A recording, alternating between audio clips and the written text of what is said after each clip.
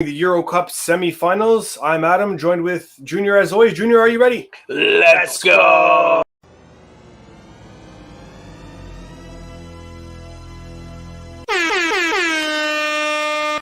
Okay, Junior, the semifinals of Euro Cup are here.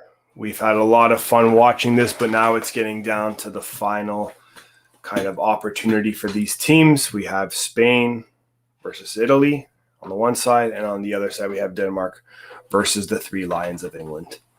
Some very, very interesting stuff here. Any thoughts on these matchups just before we get into some of the stat breakdown? Yeah, I don't have to eat my words considering Spain didn't score 5 goals last game, so I was very happy about that.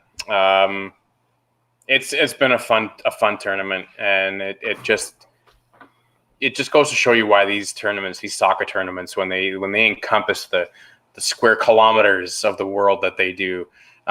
Europe has been in an absolute frenzy for this tournament, and soon, very soon, the world will be encapsulated in World Cup. Well, I mean, it's Qatar, so it's a bit time delays and everything. It's going to be very interesting to see who stays up for the games, but hopefully they do some scheduling there where we can get some games over here in North America. But it just goes to show you that everyone looks at the NCAA, that the March Madness, which is everyone thinks is the greatest tournament on the planet. It's not. It's three, good, but not the best. Top 3, but it's not the best. When you see the crowds and just the pandemonium and the fans that come out for these tournaments, it's absolutely phenomenal. But we both live in areas where there's huge contingents that are multicultural, and the horns have been going off and the flags are flying. So it's been phenomenal. It brings the community together, this kind of tournament, when it comes to football and soccer, etc. All right, let's take a look at the Spain and Italy matchup. So Spain has one more goal. Other than that, possession, that's one area where the Spanish do very well. What are some of your standouts here? They both tend to get some clean sheets. I mean, obviously, the Italians have only conceded a goal in one game.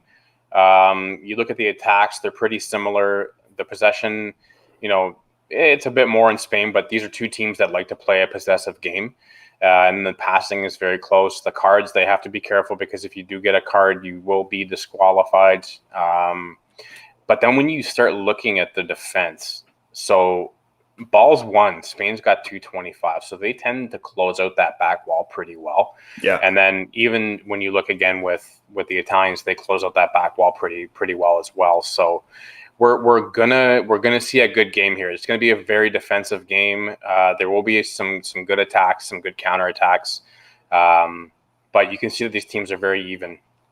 My hope is that I don't see Spain kind of play an extreme possession game where it's just kind of one of those boring games that we saw the first couple rounds with them. And I think that would leave them open to getting exposed by Italy, who has been very, very good offensively with their players. Let's take a look at the odds. So we got Spain going off at plus 210, and then the draw at plus 220, and Italy at 137. So some other bets to look for: Spain win and both teams to score. That's a plus 550. So there's a bit more value there. For a draw on both teams to score, plus 350. Still some good value there. Definitely. And then the Italians to win, the plus 450 of both teams to score, some good value. For me here, I'm looking more towards that draw. I think this is something that's going to go down to the wire. I don't think the teams are going to be playing that loose and trying to take as much advantage as possible, because this is the one that gets you to the final. So yep. I can see this being a 1-1 and maybe even going to penalties. And, Spain got very lucky that last game against Switzerland. We had said that do not blink your eyes at the Swiss, because they can come at you, and they did. In fact, we were very close on a couple of our very large parlays last week. But one thing we did hammer on was Swiss and both teams to score in a draw. So for me here, I'm going to look at the draw, and then the draw with both teams to score. Yeah. Okay, let's move along here. Denmark versus England. Denmark's got a few more goals, but for me, the big piece here is that England hasn't conceded any goals. Not a single one. And that's the stuff you have to look at. And you look how efficient they are. 37 attempts with 15 on target, and they've scored 8 goals on those 15 on target shots. The Danes, 37 on target, 90 attempts total. The possession is going to be similar. England's a bit better at holding the ball. They both have 4 cards, and then you can see the Danes do tend to play well in the back end with 225 balls recovered and 62 tackles. But this is going to be a tough one. It's going to be a tough one. Yeah, this is going to be an interesting one. Harry Kane has come alive. Sterling cost us a ticket, but that's okay. He's been great. And then I think Maguire scored the other goal in that game. Let's take a look at the odds on this one. So you got the Denmark going off at plus 425. Both teams to score at plus 1,100. So huge value there. Plus 260 for the tie, and both teams to score. With the draw, it's plus 450. And then England being the favorite here at minus 138. Both teams to score at plus 350. So nice little value there if you go for that kind of bet. Yeah, and this is a spot where we were in with Italy and Belgium, where I felt that big line was a bit of a smack in the face of the Belgians. And I think that's another smack in the face in the Danes. They lost their star, and they have played phenomenal football up to this point. Yep. They're very responsible. They support the attacks. They can get up there real quick. They don't let anyone out to hang out to dry. They always cover everyone's back as you should and need to in soccer to be successful. Yep. But I don't think England's going to keep a clean sheet here. I can't see it. I really thought Ukraine was going to score. So did I.